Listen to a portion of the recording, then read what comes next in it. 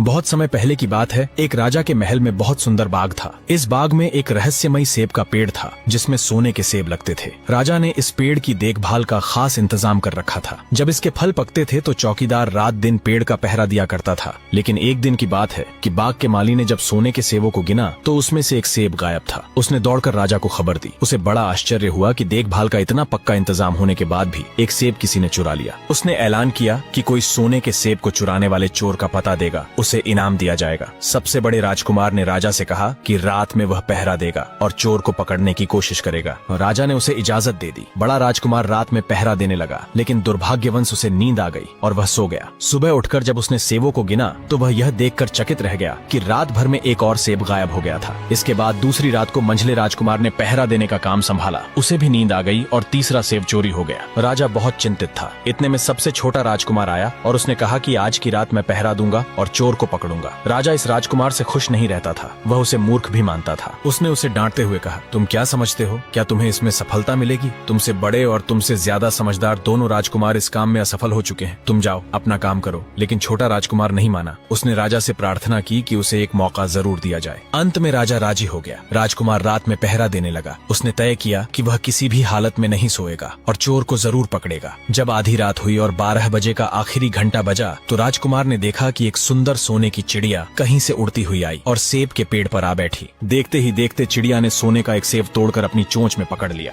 राजकुमार ने फौरन निशाना साधकर तीर चला दिया, लेकिन तीर चिड़िया को नहीं लगा और वह पंख फड़फड़ाकर उड़ गई। हाँ, इतना अवश्य हुआ कि उसका एक सुनहरा पंख टूटकर जमीन पर आ गिरा। दूसरे दिन राजकुमार ने राजा को सारी बात कह सुनाई और वह सोने का पंख उनके सामने रख दिया। पंख इतना सुंदर और कीमती था कि राजा उसे देखता ही रह गया और उसने कहा, अगर उस चिड़िया का एक पंख इतना सुंदर है तो वह पूरी चिड़िया कितनी सुंदर होगी। मैं चाहता हूँ कि उस चिड़िया को कोई पकड़ कर लाए। सबसे पहले बड़ा राजकुमार इस काम के लिए रवाना हुआ। चलते चलते वह एक जंगल में पहुंचा। वहाँ उसने एक नरभक्षी राक्षस को आराम करते हुए देखा। राक्षस ने राजकुमार से कहा, मुझे पता है कि तुम सोने की चिड़िया की खोज में निकले हो। तुम मेरी राय मानो तो तुम्हारा काम जल्दी ही पूरा हो जाएगा। तुम इसी रास्ते से सीधे चले जाओ। शाम होने पर तुम एक गांव में पहुंचोगे। वहाँ तुम्हें आमने सामने 2 सराय मिलेंगी। एक सराय खूब सजी सजाई और सुंदर सी होगी, लेकिन तुम उसमें मत ठहरना। तुम उसके सामने वाली दूसरी सराय में ठहरना जो बहुत मामूली और देखने में भी भद्दी सी होगी। ऐसा करने पर तुम्हारा काम आसानी से पूरा हो जाएगा। राक्षस की बात सुनकर राजकुमार ने कहा, मुझे तुम्हारी सलाह की जरूरत नहीं है। यह कहकर राजकुमार आगे चलता गया। शाम को जब वह एक गांव में पहुंचा तो उसने देखा कि वहां मार्ग के किनारे सचमुच 2 सरायें थीं। उनमें से एक सराय खूब सजी सजाई थी और उसके अंदर से लोगों के नाचने गाने की आवाजें आ रही थीं। दूसरी सराय भद्दी सी थी और वहां अंधेरा घिरा हुआ था। राजकुमार सजी सजाई सराय में ठहर गया। थोड़ी देर में वह भूल गया कि वह असल में सोने की चिड़िया की खोज में निकला था। उधर जब काफी समय बीत गया और बड़ा राजकुमार नहीं लौटा तो मंझला राजकुमार सोने की चिड़िया की खोज में चल पड़ा। वह भी उसी तरह चलते चलते जंगल में पहुंचा तो उसे भी वही राक्षस मिला। इस राजकुमार ने भी राक्षस की बात पर कोई ध्यान नहीं दिया। जब वह शाम को उस गांव में पहुंचा तो बड़े राजकुमार की तरह सजी सजाई सराय में ठहर गया। वहाँ के नाच रंग में मस्त होकर वह भी अपना काम भूल गया, यहाँ तक कि उसे घर लौटने की भी सुध न रही। अंत में सबसे छोटे राजकुमार ने राजा से कहा कि मैं सोने की चिड़िया की खोज में जाऊंगा। उसके जिद करने पर राजा ने उसे इजाजत दे दी। छोटा राजकुमार तैयार होकर सोने की चिड़िया की खोज में निकल पड़ा। जंगल में उसे भी राक्षस मिला। राजकुमार ने राक्षस की बात को ध्यान से सुना और राक्षस से कहा, ठीक है, तुम जैसे कह रहे हो मैं वैसे ही करूंगा। इस पर राक्षस खुश होकर बोला, तुम सबसे अच्छे लड़के मालूम होते हो। तुमने मेरी बात का मजाक नहीं उड़ाया। मैं तुमसे खुश हूँ और तुम्हारी मदद करूंगा। आओ तुम मेरी पूंछ पर बैठ जाओ, मैं तुम्हें उस सराय तक पहुंचा देता हूँ। देखते ही देखते राक्षस की पूंछ काफी बड़ी हो गई और राजकुमार उस पर बैठ गया। उसके बैठते ही राक्षस हवा में उड़ने लगा और थोड़ी ही देर में मैदानों और पहाड़ों को पार करके उसी गांव में जा पहुंचा। राजकुमार ने उसकी सलाह को मानकर छोटी और पुरानी सराय में ही डेरा डाल दिया। वह दूसरी सजी सजाई सराय से दूर ही रहा। दूसरे दिन सुबह उठकर जब वह आगे बढ़ा तो कुछ दूर चलने पर उसे वह राक्षस फिर से रास्ते में मिल गया। राक्षस ने उससे कहा, अब मैं तुम्हें बताता हूँ कि आगे तुम्हें क्या करना चाहिए। तुम सीधे चलो। आगे चलने पर तुम्हें एक बहुत बड़ा किला मिलेगा जिस पर सिपाही पहरा दे रहे होंगे। तुम सिपाहियों से डरना मत और सीधे अंदर चले जाना, क्योंकि वे इस समय सो रहे होंगे। तुम बेधड़क होकर किले में घुसते चले जाना और उनके कमरों को पार करते हुए उस जगह पहुंच जाना जहाँ लकड़ी के एक मामूली से पिंजरे में सोने की चिड़िया बंद है। तुम चिड़िया को पिंजरे सहित उठाकर किले से बाहर ले आना, लेकिन एक बात याद रखना, चिड़िया के पिंजरे के पास ही एक बहुत सुंदर सोने का पिंजरा भी रखा होगा। तुम भूल कर भी चिड़िया को उस पिंजरे में मत रखना। यह कहकर राक्षस ने राजकुमार को फिर से अपनी पूंछ पर बिठाया और थोड़ी ही देर में उसको किले के पास पहुंचा दिया। राजकुमार ने किले के पास जाकर देखा तो सचमुच उसके पहरेदार सो रहे थे। वह बिना डरे सीधा महल में घुस गया और थोड़ी ही देर बाद वह उस कमरे में जा पहुंचा जहाँ सोने की चिड़िया एक पिंजरे में बैठी हुई थी। पिंजरे के पास ही सोने के 3 सेब पड़े थे। सोने की चिड़िया इतनी सुंदर थी कि राजकुमार उसको देखता ही रह गया। वह उसको उठाकर लाने ही वाला था कि उसकी नजर पास ही पड़े एक सुंदर से पिंजरे पर पड़ी। वह पिंजरा बहुत सुंदर था और उसमें तरह तरह के कीमती पत्थर जड़े हुए थे। सोने की चिड़िया के लिए वही पिंजरा ठीक मालूम पड़ता था। राजकुमार राक्षस की बात को भूल गया और उसने सोने की चिड़िया को लकड़ी के पिंजरे से निकालकर सोने के पिंजरे में बंद कर दिया। लेकिन नए पिंजरे में आते ही चिड़िया ने खूब जोर जोर से शोर मचाना शुरू कर दिया। राजकुमार पिंजरे को उठाकर कमरे से बाहर भी नहीं निकल पाया था कि बहुत सारे सिपाही कमरे में घुस आए और उन्होंने राजकुमार को पकड़ लिया। अब राजकुमार को अपनी भूल का पता चला। सिपाही उसे खींचते हुए राजा के दरबार में ले गए। राजा के पूछने पर राजकुमार ने सारी बात कह सुनाई। राजा बोला, तुम मेरे महल में चोरी करने के लिए आए थे, मैं तुमको माफ नहीं कर सकता, तुम्हें फांसी की सजा दी जाएगी। लेकिन मैं तुम्हें एक मौका देता हूँ, अगर तुम मेरे लिए सोने का घोड़ा ला दो तो मैं न सिर्फ तुम्हें छोड़ दूंगा बल्कि सोने की चिड़िया भी तुम्हें दे दूंगा। राजकुमार को अपनी जान बचाने के लिए राजा की शर्त माननी पड़ी। अब वह सोने के घोड़े की तलाश में निकला। किले के बाहर जाने पर उसने देखा कि राक्षस उसका इंतजार कर रहा है। उसने राक्षस को सारी बातें बताई। राक्षस ने निराश होते हुए कहा, मैं अब तुम्हारी कोई मदद नहीं करूंगा, तुमने मेरे कहे अनुसार कार्य नहीं किया। राजकुमार बोला, इस बार मुझे माफ कर दो, मुझसे गलती हो गई, मेरा काम तुम्हारी सहायता के बिना नहीं चलेगा। मुझे राजा ने सोने का घोड़ा लाने के लिए कहा है, वरना वह मुझे फांसी पर चढ़ा देगा। राक्षस ने कहा, खैर